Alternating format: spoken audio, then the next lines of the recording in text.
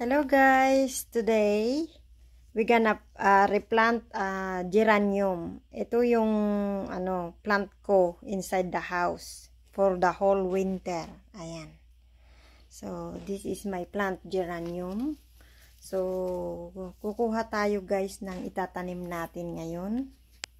Ayan, yung yung matigas. You see the hard one? Yeah, the old one, not the young one. So, dito tayo mag-ano siya guys. Yan, we cut this. Yan. Actually, mayroon na ako dito. Ayan guys, marami na. So, ipaplant natin ito guys. Ayan. Dito sa Pero dito sa loob pa rin ng bahay. Ito kasi yung ginagawa ko siya guys. I make this before take out all my plants outside, so just like 1 month inside or 3 weeks inside. So I will replant this. I cut this from here, so because it's so expensive guys, I don't buy too much flower plant, so I make this inside. So yan guys, let's plant this. So I put in the bottom egg and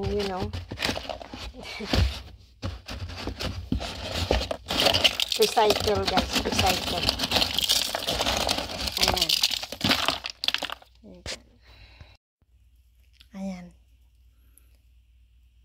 So beautiful guys. So we gonna replant this today. So ayan guys, pupunuhin natin itong 1 pot. We're gonna put full of soil. Ayan. Dito tayo magtatanim.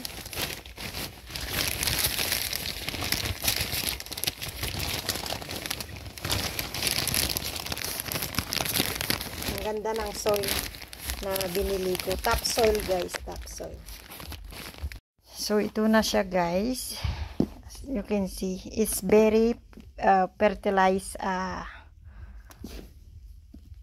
soil. It's top soil guys, very organic.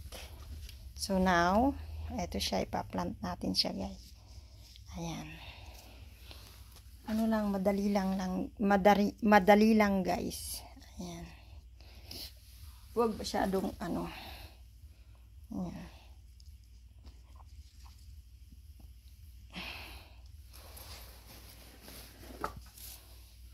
Gagawa ako ng dalawa na ganito, dalawang paso. Kasi dadami sila guys. So ito yung unang tanim ko.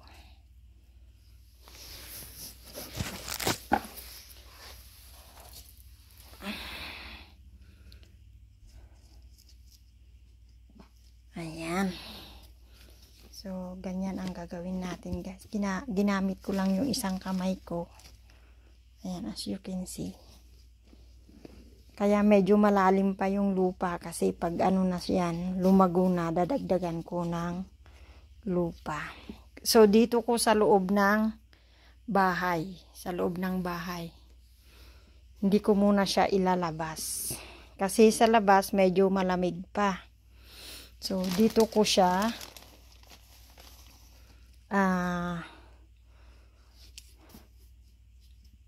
para makarecover siya dito sa loob. Ayan. Ganyan lang guys. Alam nyo na dito sa Canada, mahirap talaga kung wala kang greenhouse. Saka mahal kasi guys. Biruin mo yung isang isang stem lang na ganito, siya, $5.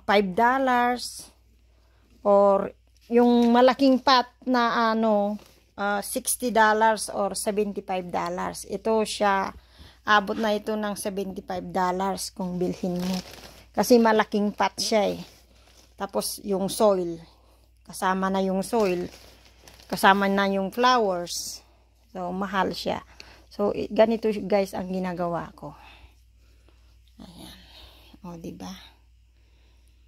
Ayan. Thank you guys for watching. Ito guys. Nagtatanim pa rin. Patuloy natin guys. Gumawa ako ng 2 big pot.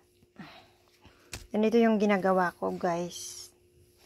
Para hindi na ako bibili ng flower.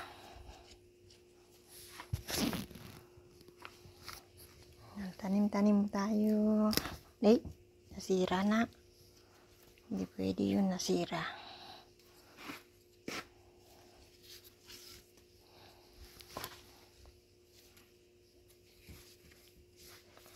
Ayan guys. So, ito siya, ito yung pinagkunan ko siya. Tapos, ito yung 2. Ayan guys. Tapos na. Ayan, hintayin na lang natin na ipapakita ko sa inyo after